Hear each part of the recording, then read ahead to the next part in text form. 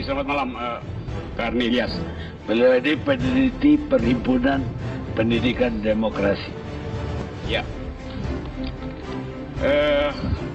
Saya mau berselisih dengan pandangan sebelumnya, terutama yang secara samar-samar pro pada pengendalian narasi melalui kekuatan negara.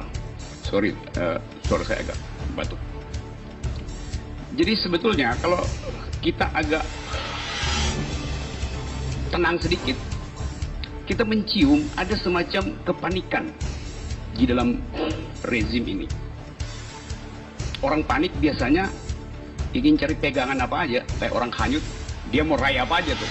Kayak itu kaleng bekas, hanyut, batang pohon.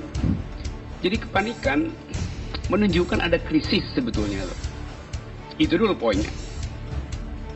Nah kita nggak tahu soalnya apa, hoax itu apa sebetulnya. Saya kasih contoh cepat-cepat ya. Tadi saya baca sore tadi, Pak Jokowi bilang jangan membaca Jokowi undercover karena buku itu tidak ilmiah. Saya anggap itu hoax. Karena yang ngomong itu adalah presiden memberi penilaian pada buku tidak ilmiah. Tentu kita bisa bikin semacam simulasi dari mana Pak Jokowi tahu. Oh pasti kalau ada wartawan tanya dia akan bilang kata Pak Tito Kapolri. So, Pak Tito rektor UI atau rektor IPB itu. Jadi Anda lihat bahwa bahkan presiden menyebar hoax itu dari sudut pandang definisi itu. Kewenangan sampai sekarang orang yang pegang PDF dari buku itu diuber. Loh itu buku itu nggak pernah dilarang. Kalau dilarang dasarnya apa? Berbahaya secara ideologis. Yang ada di publik adalah buku itu tidak ilmiah.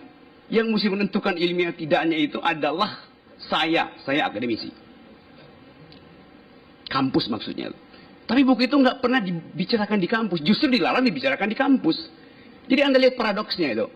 Sesuatu disebut tidak ilmiah, tapi dilarang diputuskan status ilmiahnya di kampus. Jadi rejim itu, kalau dia terus-menerus mengendalikan kebenaran, artinya ada kebohongan yang hendak disembunyikan. Itu dalilnya.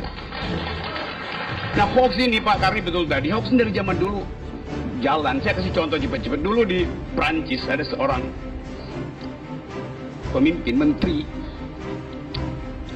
Dia itu setiap hari bilang, Prancis nggak ada masalah, kita punya banyak uang. Tapi besoknya dia keliling, majakin rakyat. Bahkan pintu rumah yang kelihatan agak mewah dipajakin itu, pajak pintu rumah itu, ya bayangin. Jadi dia berbohong terus dia Pak. Saking keselnya orang, rakyat Prancis, si menteri itu kalau digambarkan di media massa, di pers, cuman digambarin hitam putihnya aja tuh. Nggak pernah mukanya. Orang kesel jadi dibikin hitam putih. Bentuknya siluet. Nama menterinya Etienne Siluet. Jadi dari nama menteri itu dibuatkan meme yang mengolok-olok. Saya nggak tahu siapa yang akan kita jadikan siluet hari ini nih. Dalam pembicaraan semacam ini. Menteri kah? Atau dia di tingkat lebih di atas lagi tuh. Jadi ini rejim akhirnya berbalik menjadi rejim pengatur kebenaran. Kan itu dalilnya tuh. Karena itu di dalam artikel yang saya tulis yang kemudian jadi kontroversi, saya bilang bahwa pembuat hoax terbaik adalah penguasa. Karena mereka memiliki seluruh peralatan untuk berbohong. Intelijen dia punya. Data statistik dia punya. Media dia punya. Orang marah, tapi ya itu faktanya. Bahwa hanya pemerintah yang mampu berbohong secara sempurna. Saya nggak ingin dia berbohong, tapi potensially dia bisa lakukan itu. Saya kasih contoh cepat-cepat bagaimana statistik berbohong. Kemarin di dalam debat Pilgub DKI, Pak Ahok bilang begini, saya baca tadi di media. Jakarta, Human Development Index-nya tertinggi se-Indonesia.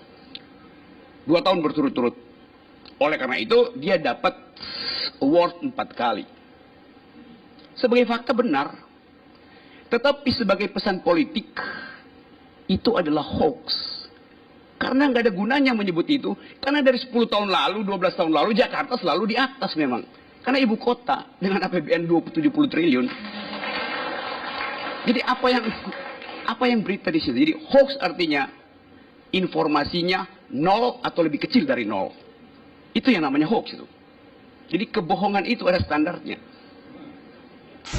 Akibatnya apa sekarang? Seluruh diskursus politik itu diambil alih oleh negara. Diskursus publik diambil alih oleh negara. Nanti ada aturan bahwa yang boleh diucapkan adalah A, B, C, D. Bicara soal SARA nggak boleh. Bicara soal LGBT nggak boleh. Nonton Jakarta Unfair nggak boleh. Baca Jokowi undercover nggak boleh. Jadi apa yang kita sebut sebagai public discourse hilang. Itu pertanda bahwa negara ini menuju totaliter itu.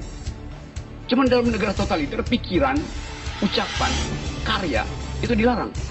Tentu Anda bisa bilang bahwa, oh ya ini demi kemaslahatan bangsa. Demi etika, demi moral. Pemerintah berbaik hati untuk merawat opini publik. Dulu, di zaman Yunani, dalam mitologi Yunani, ada seorang raja yang dianggap sebagai raja yang bijaksana. Karena setiap malam dia undang satu warganya tidur di ranjang emasnya.